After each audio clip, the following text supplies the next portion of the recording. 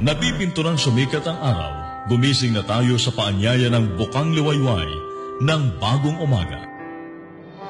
Ama naming Diyos, nagpapasalamat po kami sa panibagong buhay at kalakasan na aming taglay. Salamat din sa panibagong paggawa at paglilingkod sa buong maghapong ito. Ipagpatawad mo po ang aming mga pagkakasala at mga pagkakamali.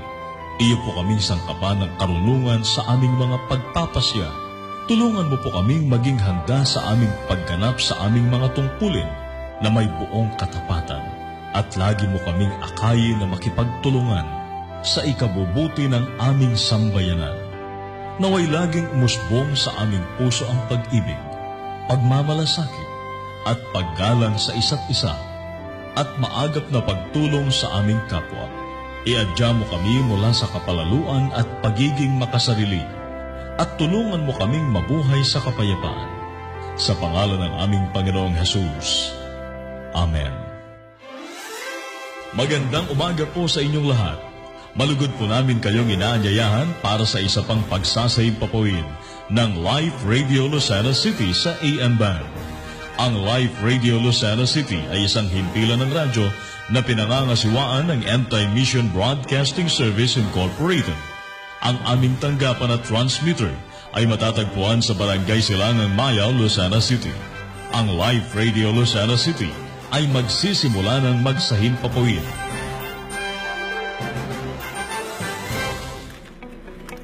Ang DZAT 1512 kHz ang kauna-unahang radio station ng End-Time Mission Broadcasting Service Incorporated. Good morning! Kayo po nakikinig dito sa Live Radio, di lang basta radyo, Live Radio. Ang DZAT 1512 kHz ang kauna-unahang AM radio station ng End-Time Mission Broadcasting Service Incorporated. Ito ay may lakas na 10,000 watts at bumabato ng signal sa buong Southern Tagalog Region, Romblon, Marinduque, Mindoro, Aklan at Masbate. Dala nito ang salita ng pag-asa, ng bagong umaga at ng bagong buhay. Kaya naman, akmang-akma ang pangalan nitong Life Radio. Ang Life Radio ang radio station identification ng End-Time Mission Broadcasting Service Incorporated. Sa kasalukuyan, napapakinggan sa 2 rehiyon sa ating bansa. At dito sa Lucena City, 10 taong namayagpag ang istasyong ito at nagdulot sa mga tao ng tunay na pagbabago.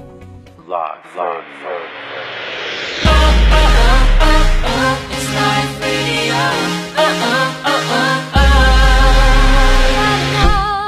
Sumama na sa awitan, programang hatid, siguradong magugustuhan. Balita pang lifestyle, kahit sa drama man sa pamilya approve, tara na ating pakinggan. Nagda-drive ako galing sa office, papauwi, na nagsisearch ako ng station sa AM. Biglang naitapat ko dun sa 1512. Ang nagsasalita nun, si Bishop Art.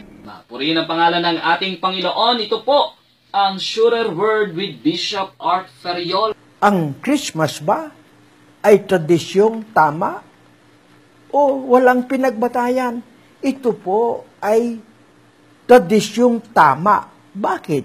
Talagang ipinanganak ang Panginoon. Natuwa ako dun sa tinuro niya kasi ito sound doctrine to, sound teaching. Buhat nun, pinakikinggan ko na siya, hindi ko na inalis muna dun sa AM yung 1512. So sa umaga, napapakinggan ko hanggang naging fond listener na ako ng 1512 kasi buhat umaga meron siyang guide morning nga. Tapos sunod yung health tips. Tapos gusto ko rin yung pagpapayo sa hapon, musika hapon, at saka yung ating tuklasin. Sa tanong na anong kaibahan ng Life Radio, ito ang naisagot ng ating kapatid. Ang prayer ko nga sana, lahat ng mga tao makapakinig din sa sa station, dun sa mga pagtuturo. Kasi hindi lang naman siya puro pagtuturo sa Bible Very practical siya, very helpful sa everyday life. Marami kang matututunan, marami kang matutuklasan. Tuwing hapon naman, ang gaganda ng mga music. So parang talagang complete package na. From teaching to knowledge, sa balita, siya holistic. Kaya natutuwa ako dun sa station. Natutuwa ako sa araw, tsaka yung mga nagsasalita doon. Nakaka-bless. Ngayon, yung nakakapakinig na ako ng ito, nare-remind ka sa mga dapat mong gawin as a Christian. Feeling ko ang mga staff ng radio nyo, they practice what they preach.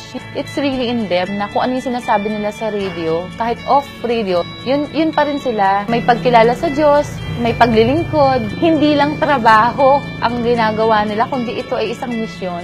Yun lang, mission nila sa buhay. Salita ng Diyos, ilaw ng sanlibutan, kapit namin sa inyong kaibigan, pakinggan ito sa himpilan.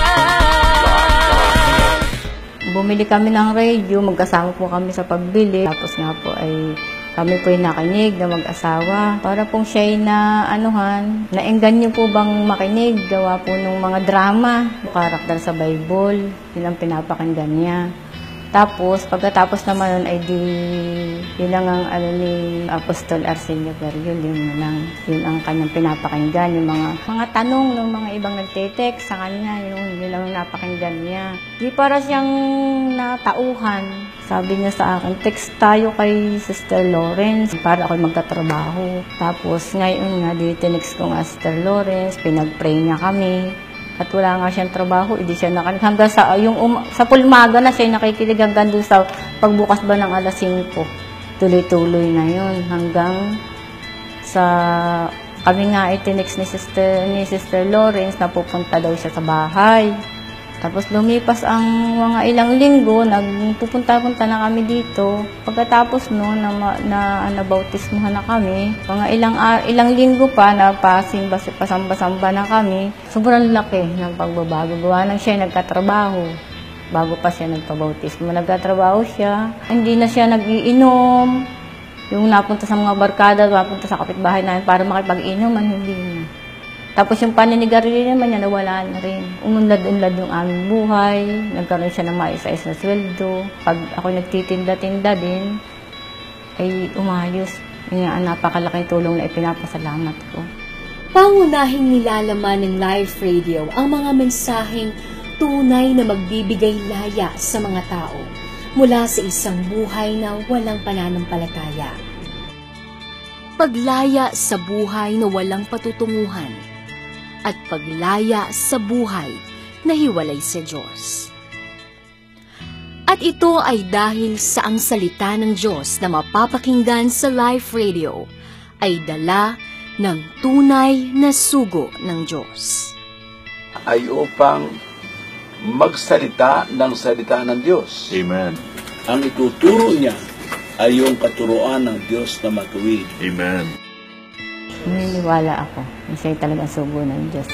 Malaki ang kaibahan ng Life Radio. Gawa na ang Life Radio, merong napapakinggan na salita ng Diyos. Nanunood po sa puso ng mga nakikinig ang kanilang mga sinasalita. Yun po ang nakakapagpabago ng mga isip ng mga nakikinig. Sa Life Radio po ay madaling pumunta sa kanilang istasyon. Tumawag lang po, kaya ay madali silang tumulong. Lalo tigit po yung mga nananalangin at yung pong lahat ng mga tauhan doon. Hindi po sila namimili ng pupuntahang tao, mapapahirap po, mapamayaman.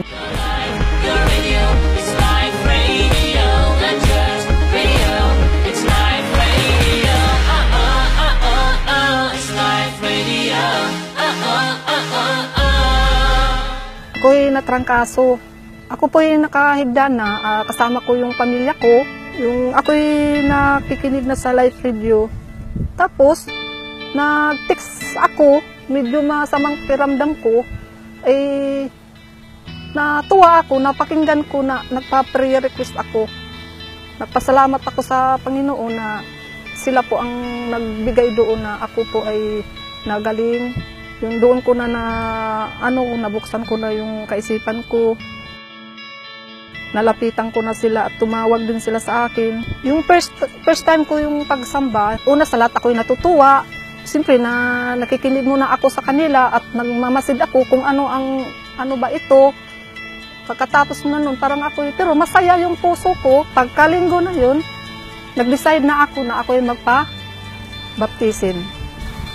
Natutuwa na ako na natanggap ko na ang tunay na Diyos. Ang trabaho ng Life Radio ay hindi natatapos sa sign-off, kundi ito ay isang panatas sa Diyos na ang mga nakikinig sa Life Radio ay ipanalangin, dalawin, at akayin sa tamang kalagayan.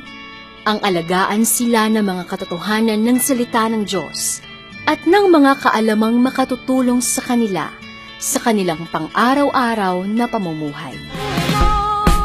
Ngayon ay ipagdiwang sa impilang ito, una kang tutulungan. Sa pamumuhay, ugali at sa kaalaman, siguradong approve, makinig at malaman. Lalo si Sister Lawrence, alam kong nagmamalasakit sila sa si Pastor Ronald.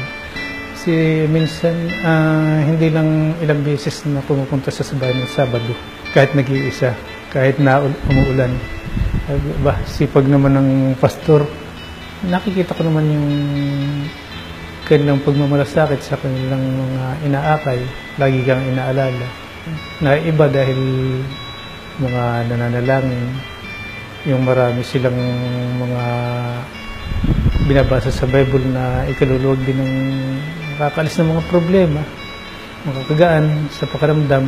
Bawat panalangin ko yung lagi nagpapasalamat hanggang sa Life Radio, hanggang sa mga nananalangin sa akin. Dahil siguro kung ako'y hindi napalapit sa prayer power sa Pentecostal, hindi ko alam kung nasaan ako dahil talagang wala na akong pag-asa nun. Wala din tutulong sa akin kung papagamot. Pag hindi, kuminsan mga kapatid ko, malalayo naman. Hindi na ako nagpagamot sa doktor, hindi na ako nila sa pananalangin din. Kasi habang pinapanalangin nila ako, nananalangin din ako. At hinihingi ko rin sa Diyos na tumatag ang pananampalataya. Ako pa nagpapasalamat sa Life Radio at sa staff ng Prayer Power kasama ang mga pastor natin na siyang nagbibigay ng mga mabubuting salita na galing sa Bible at sa mahal na Apostol Arsenio Periol na lagi kong pinakikinggan. Sabi ko talagang tama ang pangaral ni Apostol. Naniniwala po ako sa Iglesia ng Pentecostal Missionary Church of Christ Fort Watts na siyang totoo sa pagpapahayag ng mabuting balita.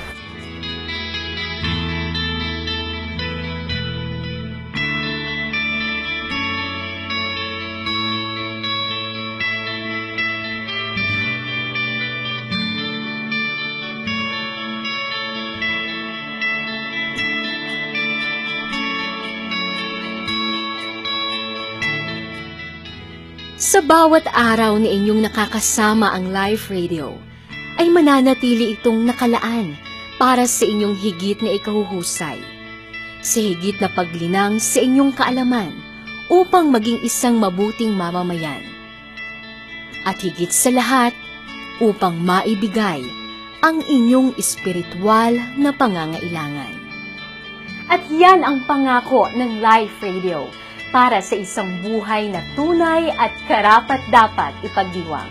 Celebrate life here at Life Radio.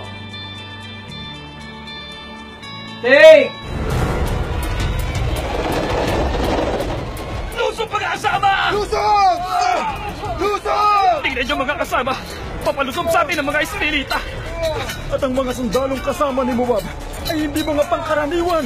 Kailangang magsitakas sa tayo habang hindi pa sila nakakalapit sa atin. Mga kasama! Umurong tayo! Umurong tayo!